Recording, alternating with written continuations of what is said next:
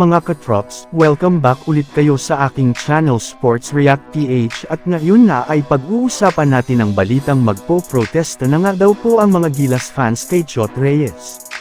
Pag-uusapan na rin nga natin ngayon dito sa ating panibagong video ang sinabi ni Austin Reeves pagkatapos manalo ang Team USA kontra sa Greece.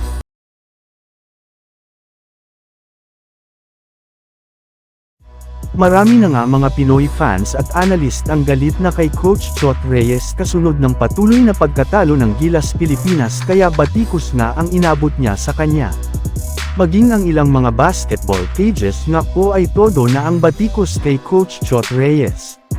At halos lahat nga po sila ay nagsasabi na dapat na nga talaga itong mag-resign na sa Gilas Pilipinas para sa ikabubuti ng ating national team.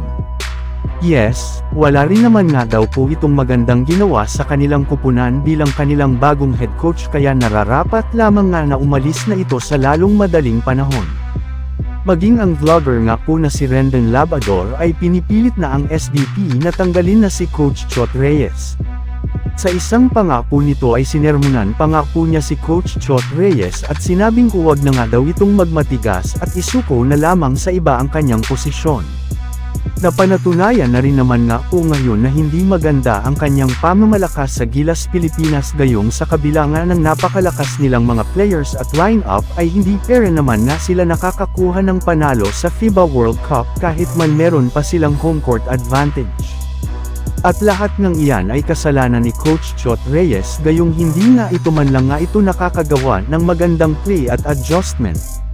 Maliban nga kay Rendon ay binabalak na rin naman nga daw po ng ilang mga fans na magprotesta sa magiging game ng Gilas kontra sa Italy para ipakita na gusto na nilang tanggalin si Coach Chot Reyes. Samantala pumunta naman tayo sa ating sunod na pag-uusapan ngayon sa sinabi ni Austin Reeves pagkatapos manalo ang Team USA kontra sa Greece.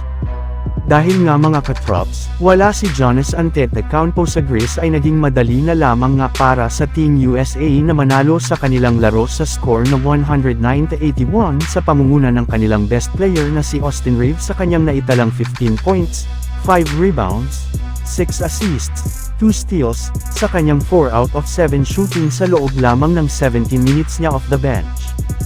At pagkatapos nga ng kanilang laro ay sinabi nga ni Austin Reeves sa haraw ng media na namamangha pero nga daw talaga siya sa suporta sa kanya ng mga Pinoy fans pero syempre mas nakafocus pero nga siya sa kanilang game kontra sa Greece kung saan ginawa lang naman nga daw po nila kung ano ang kanilang game plan na maglaro ng merong mabilis na pace. At mabuti nga daw at siya naman ang nanguna para sa Team USA pero syempre hindi pang naman nga siya ang nagpapanali sa kanilang kupunan gayong team effort nga ang kanilang ginawa dahil nag-ambag rin naman nga ang kanyang mga teammate especially sina Anthony Edwards at Jalen Brunson na parehong nagtala ng 13 points para matulungan ang Team USA na tuluyang makapasok susunod na round ng FIBA World. So yun lang nga mga katrops ang handog ko sa inyong storya ngayong araw. Sana nag-enjoy kayo. Please like and subscribe my YouTube channel Sports React PH para sa iba pang storya at update patungkol sa NBA. Kita-kits muli sa ating susunod na video.